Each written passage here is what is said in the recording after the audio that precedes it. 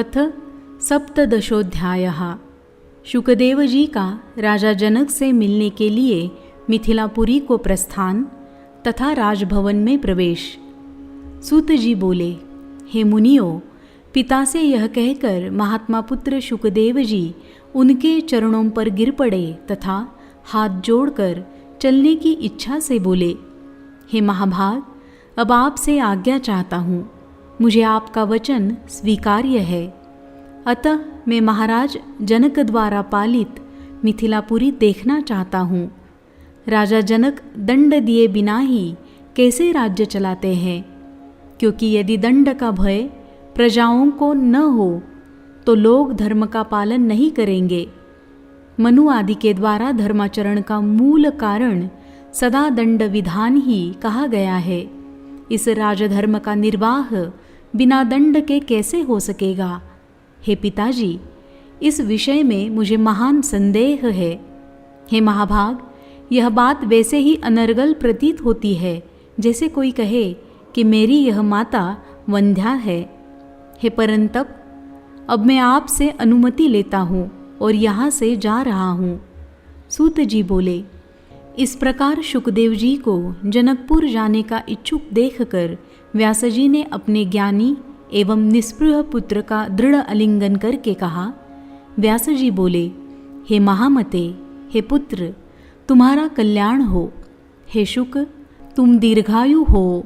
हे तात, तुम मुझे यह सत्य वचन देकर सुखपूर्वक जाओ कि यहाँ से जाकर मेरे इस उत्तम आश्रम में पुनः आओगे। हे पुत्र, तुम वहाँ से कहीं और कभी भी मत चले जाना। हे पुत्र, मैं तुम्हारा मुखकमल देखकर ही सुखपूर्वक जीता हूँ और तुम्हें न देखने पर दुखी रहता हूँ। हे सूत, तुम ही मेरे प्राण हो। हे पुत्र, वह राजर्षि जनक से मिलकर और अपना संदेह दूर करके फिर उसके बाद यहाँ आकर वेदाध्ययन में रत रहते हुए सुखपूर्वक रहो। सूत जी बोले।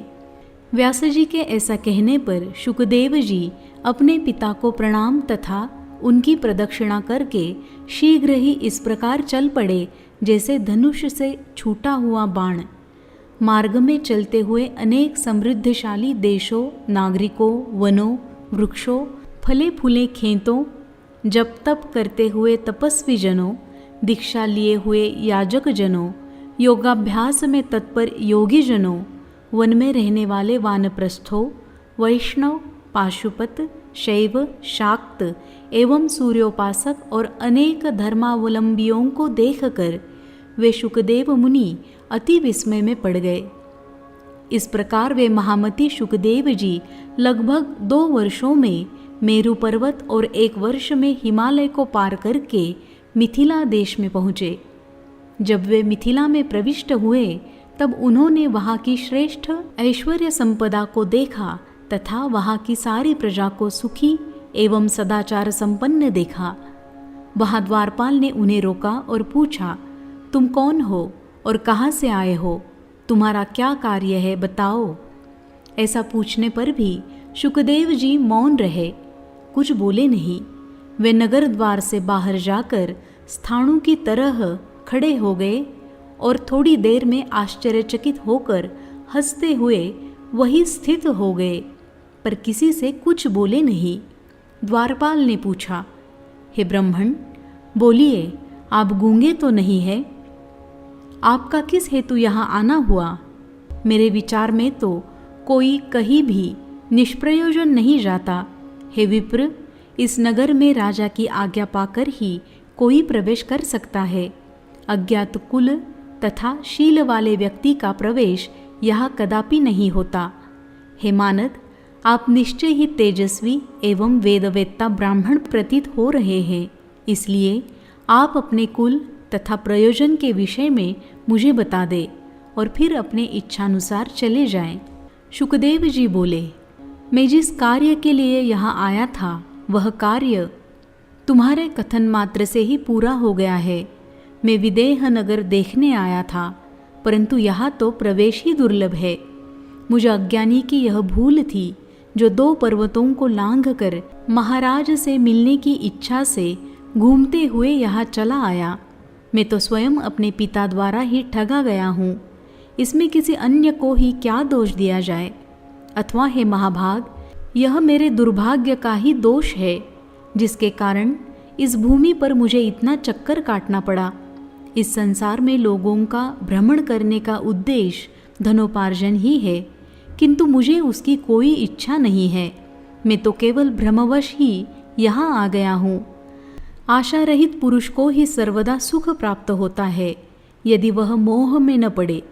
किंतु हे महाभाग, मैं तो निराश होकर भी न जाने क्यों इस मोह सागर में निमग्न हो रहा हूँ। कहाँ सुमेरु पर्वत और कहाँ यह मिथिलापुरी, पैदल ही चलकर मैं यहाँ आया हूँ। इस परिश्रम का फल मुझे क्या मिला? प्रारब्ध ने ही मुझे ठगा है। प्रारब्ध का भोग अवश्य ही भोगना पड़ता है, चाहे वह शुभ हो या अशुभ। उद्योग भी तो सदा उसी दैव के अधीन ही रहता है, वह जैसा चाहे वैसा कराता है। यहाँ न कोई तीर्थ है, न ज्ञान प्राप्ति होनी है, जिसके लिए यह मेरा परिश्रम हुआ। मैं तो महाराज जनक का विदेह नाम सुनकर उत्सुकता से यहाँ आया था, किंतु उनके नगर में तो प्रवेश करना भी निषिद्ध है। इतना कहकर शुकदेव जी चुप हो गए और मौन होकर खड़े रहे। द्वारपाल को लगा कि ये कोई ज्ञानी श्रेष्ठ ब्राह्मण है। तब उसने वहाँ खड़े मुनि से शांतिपूर्वक निवेदन किया, हे द्विज श्रेष्ठ, आपका जहाँ कार्य हो वहाँ यथेष्ट चले जाइए। हे ब्राह्मण, मैंने जो आपको रोका था वह मेरा अपराध हुआ, उसके लिए आप क्षमा करें, क्योंकि हे महाभाग, मुक्तजनों का तो क्षमा ही बल है। शुकदेव जी बोले, हे द्वारपाल, इसमें तुम्हारा क्या दोष है? तुम तो सर्वदा पराधीन हो। सेवक को तो स्वामी की आज्ञा का यथोचित पालन करना ही चाहिए। तुमने मुझे जो रोका, इसमें राजा का भी कोई दोष नहीं, क्योंकि बुद्धिमानों को चोर और शत्रुओं का सम्यक ज्ञान रखना चाहिए।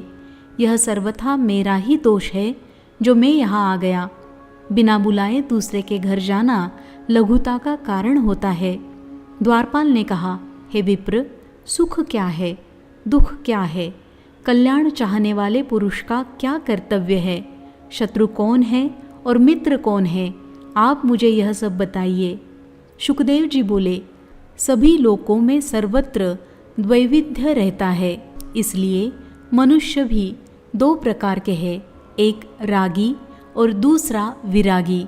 उन दोनों के मन भी दो प्रकार के होते हैं। उनमें भी विरागी 3 प्रकार के होते हैं, ज्ञात, अज्ञात एवं मध्यम। रागी भी 2 प्रकार के कहे गए हैं, मूर्ख तथा चतुर। चातुर्य भी 2 प्रकार का कहा गया है, शास्त्रजनित तथा बुद्धिजनित। इस प्रकार लोक में बुद्धि भी युक्त और अयुक्त भेद से 2 प्रकार की होती है। द्वारपाल ने कहा, हे विद्वन, हे विप्रवर, आपने जो कुछ कहा है उसे मैं भली भांति नहीं समझ पाया, अतएव हे श्रेष्ठ, आप फिर से विस्तार पूर्वक इस विषय को यथार्थ रूप से समझाइए। शुकदेव जी बोले, इस संसार में जिसको राग है वह निश्चय ही रागी कहलाता है। उस रागी को अनेक प्रकार के सुख एवं दुख आते ही रहते हैं। धन, पुत्र, कलत्र, मान, प्रतिष्ठा और विजय प्राप्त करके ही सुख प्राप्त होता है। इनके न मिलने पर प्रतिक्षण महान दुख होता ही है। अतः जैसे सुख प्राप्त हो सके वैसा उपाय करना चाहिए और सुख के साधन का संग्रह करना चाहिए। जो इस सुख में विघ्न डाले उसे शत्रु समझना चाहिए। जो रागी पुरुष के सुख को सर्वदा बढ़ाए वही मित्र है। चतुर मनुष्य मोह में फंसता नहीं है, किंतु मूर्ख सर्वत्र आसक्त रहता है। विरागी तथा आत्माराम पुरुष के एकांतवास, आत्मचिंतन तथा वेदांत शास्त्र का अनुशीलन करने से ही सुख होता है। सांसारिक विषयों की चर्चा आदि यह सब उनके लिए दुखरूप है। कल्याण चाहने वाले विद्वान पुरुष के लिए बहुत शत्रु है। काम, क्रोध, प्रमाद आदि अनेक प्रकार के शत्रु बताए गए हैं, किंतु व्यक्ति का सच्चा बंधु तो एकमात्र संतोष ही है। तीनों लोकों में दूसरा कोई भी नहीं है। सूत जी बोले। शुकदेव जी की बात सुनकर उन्हें ज्ञानी द्विज समझकर उसने शुकदेव जी को एक अत्यंत रमणीय कक्ष से प्रवेश कराया।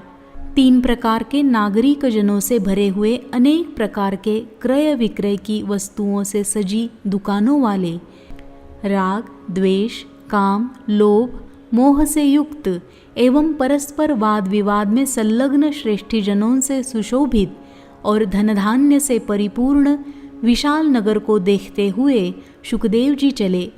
इस तरह 3 प्रकार के लोगों को देखते हुए शुकदेव जी राजभवन की ओर बढ़े। इस प्रकार द्वितीय सूर्य के समान परम तेजस्वी शुकदेव जी द्वार पर पहुँचे।